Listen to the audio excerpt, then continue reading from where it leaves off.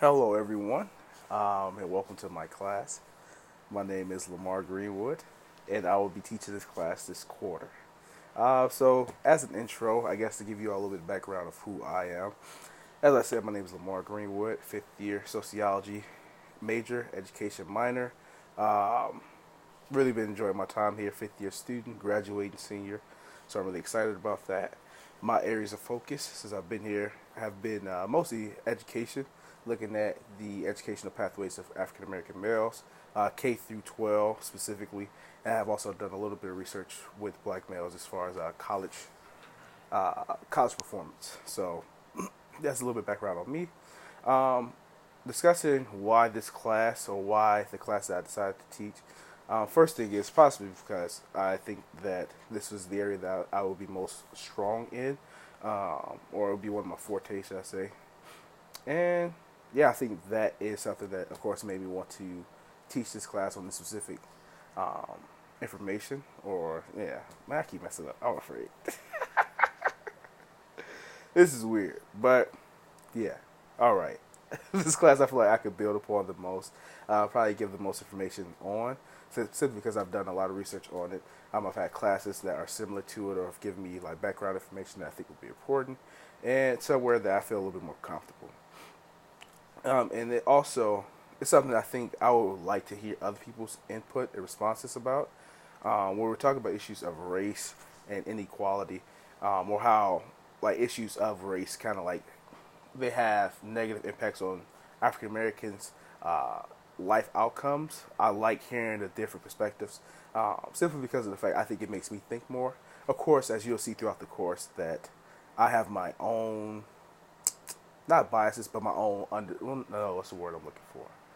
I have my own. I've been in my mind of like how I feel about this about the issue, right? However, that doesn't mean that people who have um, differing ideas or perspectives on it won't be accepted. Actually, I encourage those, as I said, because it makes me think. It makes me be able to see things or the information from a whole different perspective. And even like in challenging me in those different ways, it makes me a better scholar. So I do appreciate those who will not be completely or who will not completely agree with me. Um, this class, if it doesn't make sense right now, it will be looking at the black-white paradigm and the issues of race and inequality uh, for black people, and I'm really looking all the way back from like history, right? Because I think that if we look at current or the current state of the black community, let's not say that like everything about the black community is in a dire situation, but there are a lot of instances where I believe that the black community hasn't been served in a certain way, or that we're not succeeding in a way that we definitely could be. And from the outside looking in, or if you're just specifically looking at this generation, and what I would call the results because of all the historical events that led up, it makes it seem as if like the black community doesn't care, right? That's one of the negative things that people have said, especially like people like Bill O'Reilly. I know he's an extremist, but at the end of the day, he's one of those people who feel as if like the black community is on the low, like giving up on themselves. But if you try to isolate everything that's happened to the black community and just look at this generation, of course it's going to look that way. However, the truth of the matter is that's not the case, right? There's a lot of historical events that led up to the current state of everyone, right? Whether it's black, brown, white, it does not matter. Historical events led up to where we are now. And so looking at those things, specifically like we're going to talk about slavery, talk about some of the unfair treatments and policies that were in place that gave white people a leg up above, well, black people, because we're looking at the black-white paradigm, but how all these things kind of translate into other forms of inequality as well, right? So that's what we're looking for in this class. So the objectives of the class, or what we hope that you will get out of it at the end of it, is of course to know some of the macro events that's happened that kind of led up to the current state of the black community. We're not going to look at everything because we're going to be skipping areas of space, especially like something that's going to be very crucial that we're going to be skipping is going to be the civil rights era. And of course, a lot of that is going to be because I only have 3 hours of time to teach. But at the end of the day, we're going to definitely make the most out of the time that we have together. So that's one of the objectives we have. So be able to know some of those events and understand the ins and outs of that. Also to be able to look at issues concerning race, race, class, or gender, and be able to understand the intricacies about those things, and how privileges in race, class, or gender do you kind of translate into better performances, better outcomes, whatever you may decide to call that. And that's an unfair advantage. And how those things, it doesn't mean that, so say for example, right, being a male, in a lot of ways that is, you receive a lot of different privileges that females do not. And that's the way I said that's problematic. But what I am getting to or getting at is, so instances of like in the workplace, right?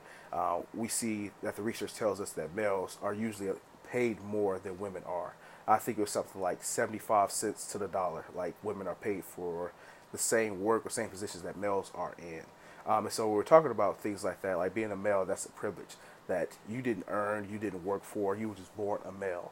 And so since you were born a male, you have the advantage or privilege or opportunity to be paid more than women who do the same exact job.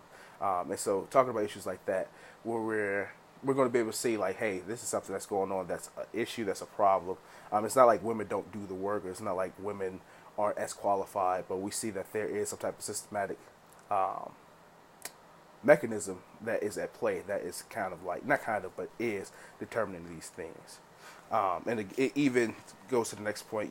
We'll be understanding a lot of things behind systematic oppression and be able to address our own personal issues concerning our own biases, whether that's concerning race, gender, class, whatever that may be, whether or not we like to admit those things. But because of our experiences and what we've been told, we do have our biases. So then this class is, of course, we're looking at race, but how do we address our biases as in a larger picture, right?